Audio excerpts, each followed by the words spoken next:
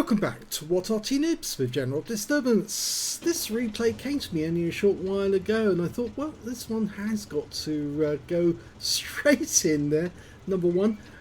Yeah, it's a KV-4 Tier 8 Soviet heavy tank located on the south spawn of Ruinberg, and this one is under the command of Alephus. Game started and his gun barrel's dropped, but he is in action. Well, this tank was created on a rumour that Soviet military intelligence managed to get, which said that the Germans were developing a heavy tank, a very big heavy tank of up to 100 tons in weight. So the Soviets thought they had to build one of their own, and this was in 1940 that this happened. And the tank that they were actually listening to, because the Soviets did get it right in terms of the rumours were right, but the type of the tank was wrong. They thought that they were building a tank to counter the VK-6501, which was what the Germans were developing at the time. But in actual fact, the Germans were developing... Oh, great first shot! The Germans are actually developing the VK-3601H, the precursor to the Tiger. This is the tank that the Soviets came up with, the KV-4. It's an up-armoured version of, you might say, a KV. It's got a 107mm gun, which is capable of 320 alpha. As you can see here, it's really good at penetrating the enemy. It will go through 227mm of armour with standard rounds, and with the premium rounds, it will actually go through 289mm.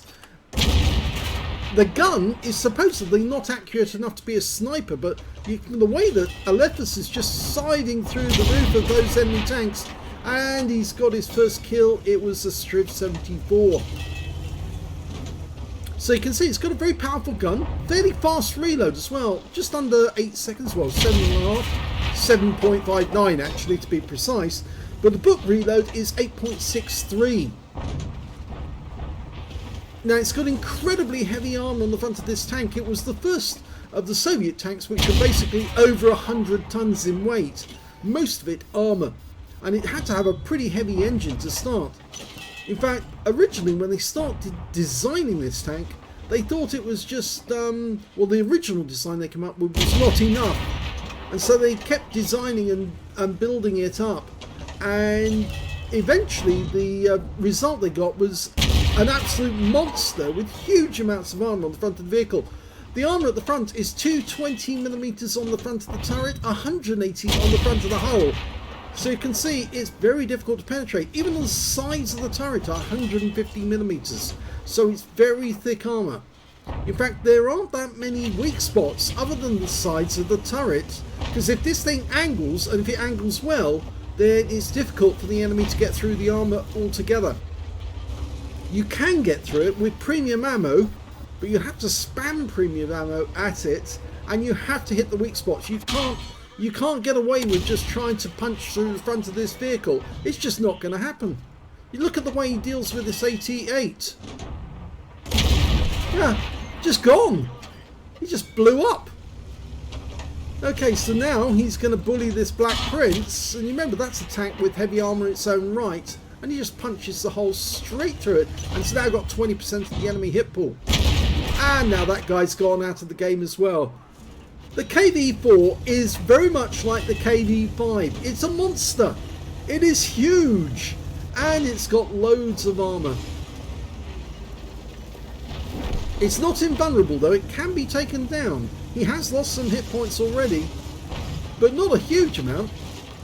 It's amazing that the enemy isn't focusing on him at the moment, but look, he's using this wreck for cover, and there's not a lot that Carnarvon Action 10 can do in the meanwhile.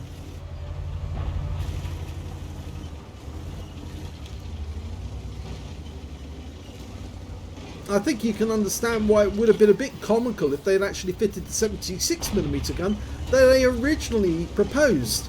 But you see, at the time... Oh, hit by the Arty. Accurate shot.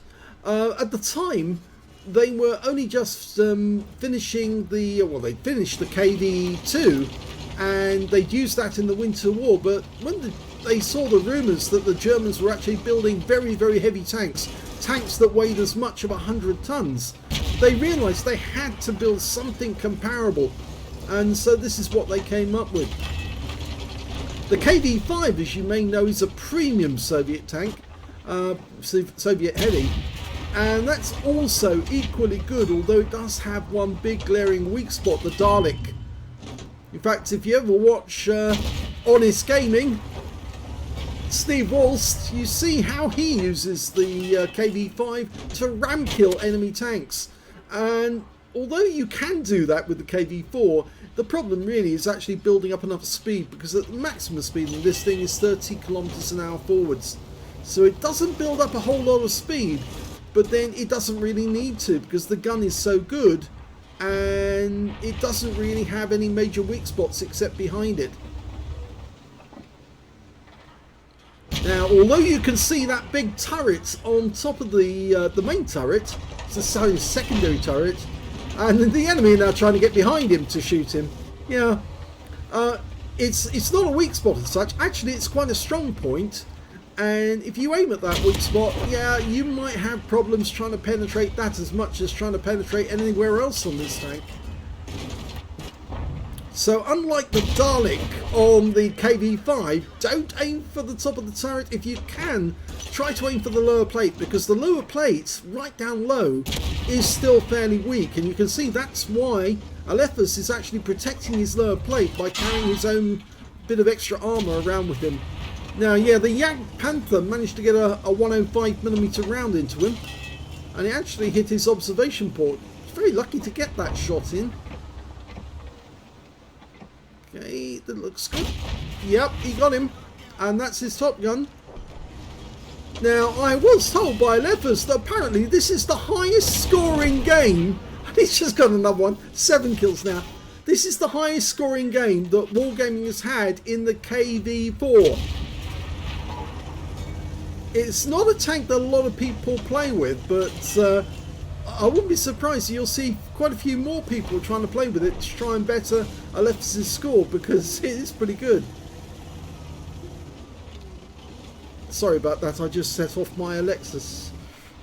Oh, and I didn't set it off there. That's good. Oh, and he's got his Radleys!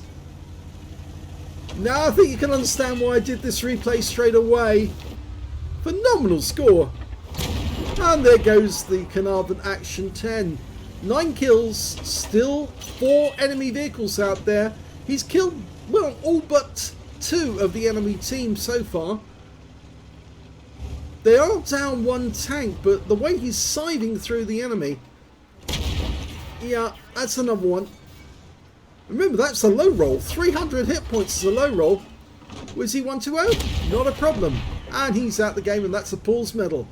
I think you can understand why I did this replay straight away now, can't you?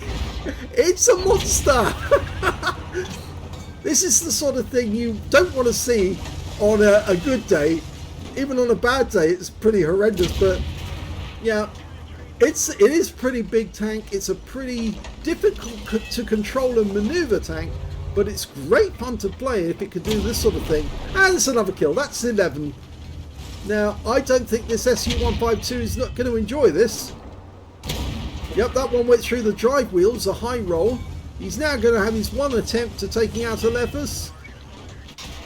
And Alephus pumps one into him. Now, he's in reload at this moment, so Alephus has got the chance to take him out. And he hits the exact right spot for 12 kills and wins the game. What a monster game.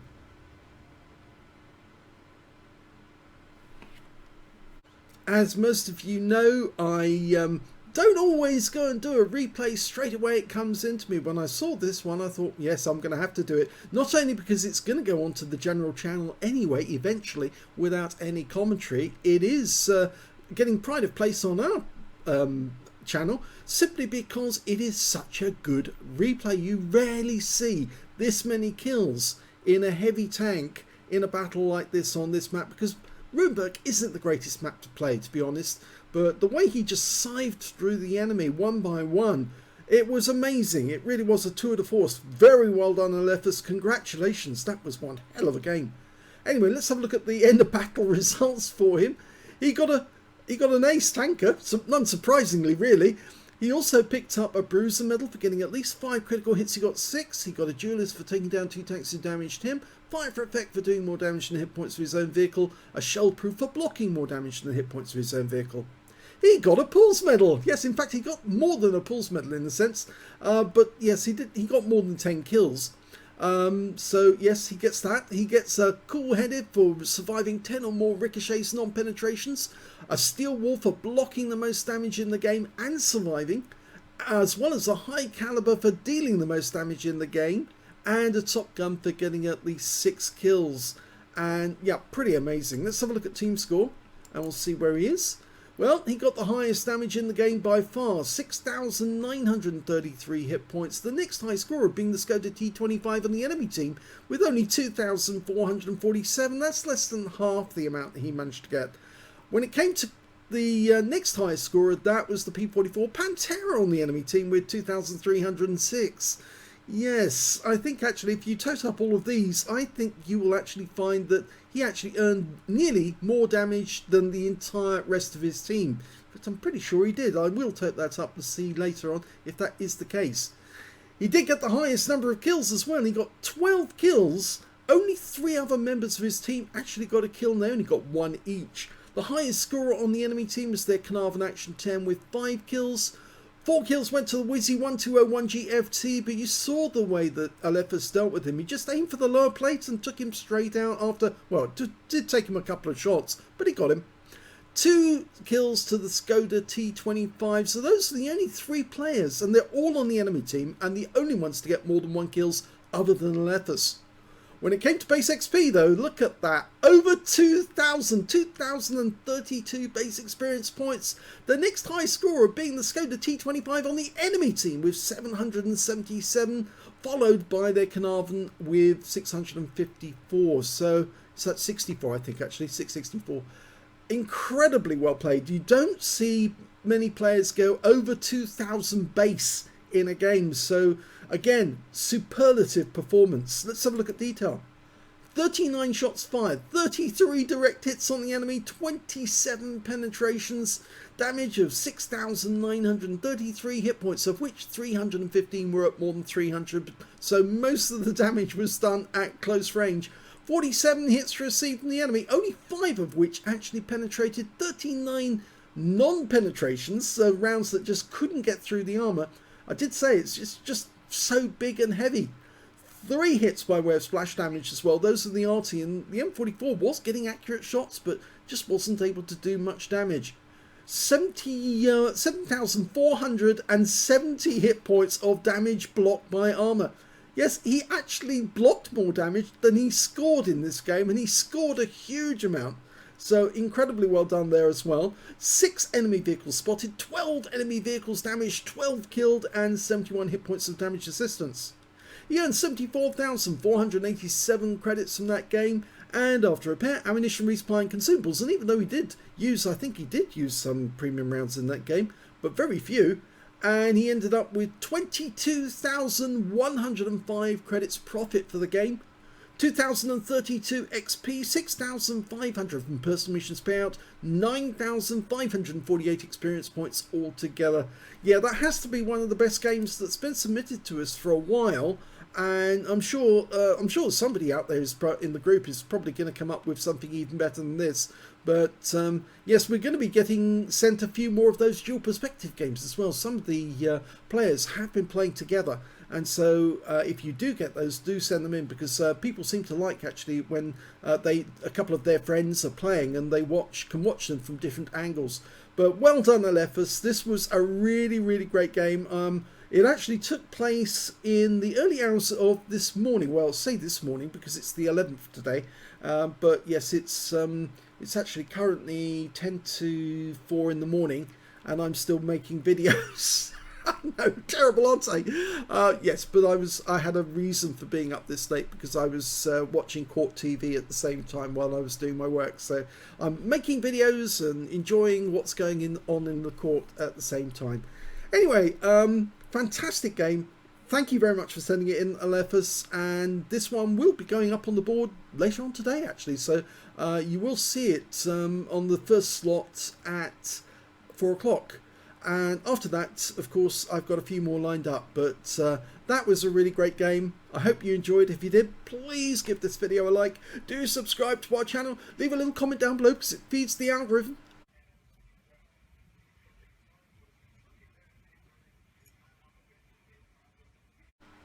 And of course, please do let other people know that we've got a second channel called The General, where you can watch great replays which do have Pulse medals, Kolobanov medals and the sort, and they're really great games because they don't have any commentary to spoil them. Yeah, I'm not in them. I just make them. I don't actually comment on them. I couldn't comment on that many videos. Well, I'd try, but I'd probably die in the process.